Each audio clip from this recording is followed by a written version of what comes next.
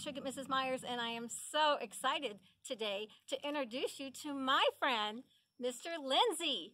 Hello, Mr. Lindsey. How are you? Well, good afternoon, Mrs. Meyers. Thank you so much for coming and telling a story today. But before he starts our story, I want to ask you some questions so we can get to know Mr. Lindsey. Now, Mr. Lindsey, when I ask you a question, you can't say yes and you can't say no.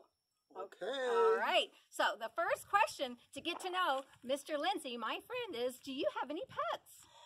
I am so lucky, Mrs. Meyers. I have 2 dogs.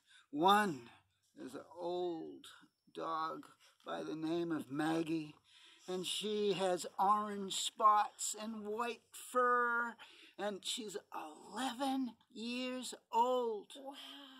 Now Maggie is going crazy because we now have a new 6-month-old puppy who's kind of yellowish color, and his name is Teddy the Terrible because he bites and scratches and runs all around like a maniac. So I love my 2 dogs. And guess what? What? Maggie and Teddy are best friends with Mrs. Meyers' dog Caper, who you probably know.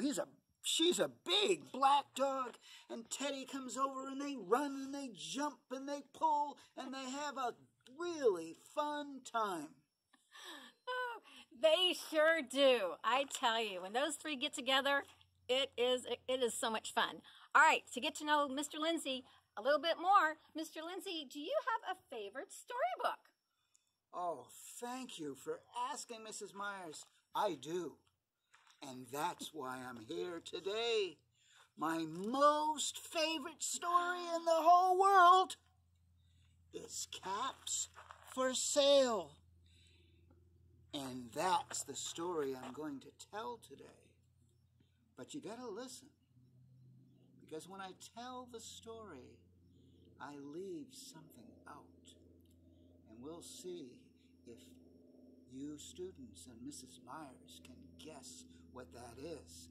And the reason I love Caps for Sale, because it's funny, and you get to help me tell the story. Well, I know my friends will be really good listeners. So boys and girls, put your listening ears on.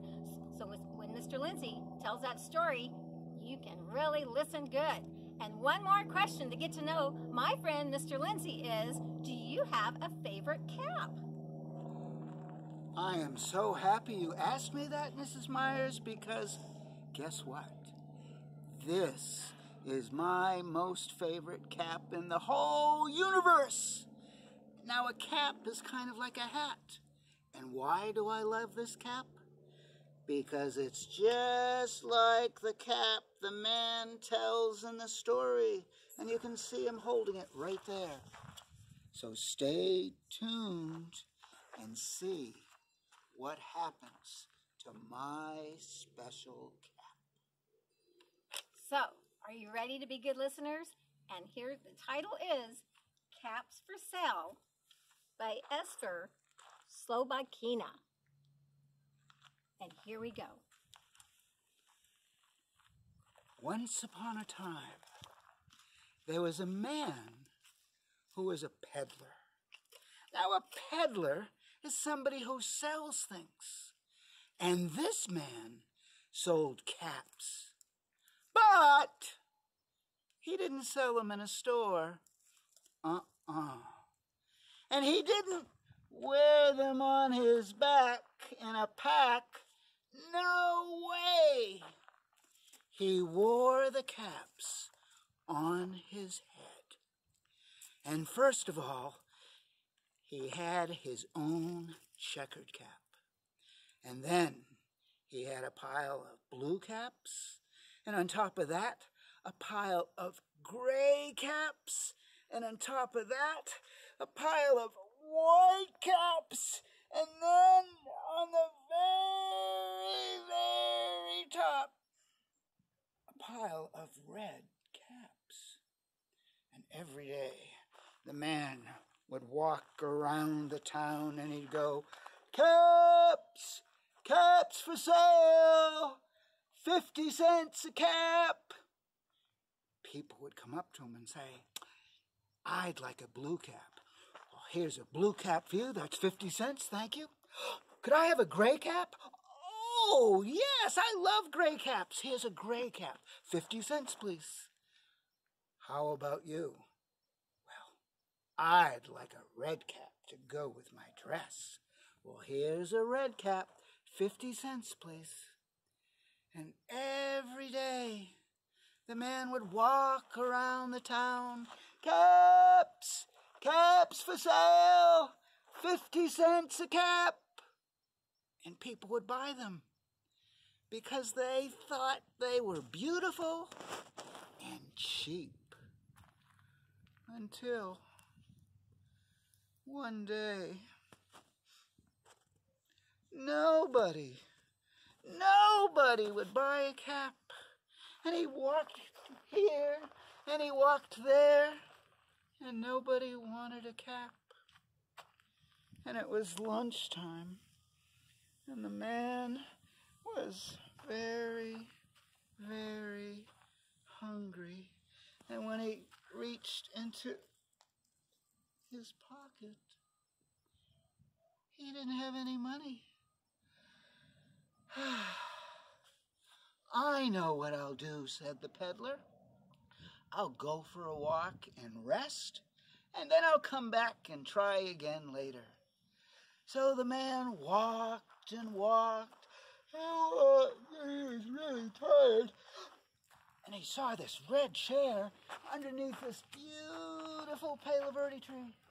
And he sat down real slowly so the caps wouldn't fall off.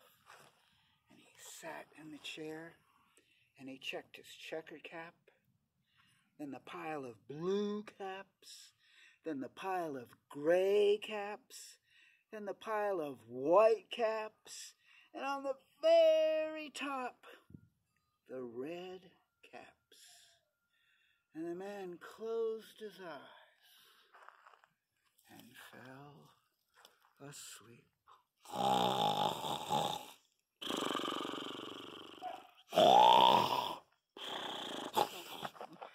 He slept a long time, and when he woke up, the caps were gone. He looked to the left of him. No caps. He looked to the right of him. Still no caps. He looked behind him. And there, in the tree, what did he see? But monkeys. And what did the monkeys have? They had the caps. He looked at the monkeys and he said, "You monkeys, you, give me back my caps." And the monkeys went, and then he looked at the monkeys again. "You monkeys, you better give me back my caps." The monkeys went, "You monkeys, you must give me back my caps." And the monkeys went. The man was so flustered, so frustrated, so mad, he took his cap and he threw it on the ground. And then he looked up in the tree, and what was falling to the ground but caps? First of all, he picked up his own checkered cap. Then he picked up the pile of blue caps. And then the pile of gray caps. And then the pile of white caps. And then on the very top, pile of red caps. The man smiled, straightened himself out, and started walking back to town going, "Caps! Caps for sale! 50 cents a cap!" Snip, snap, snout. This tale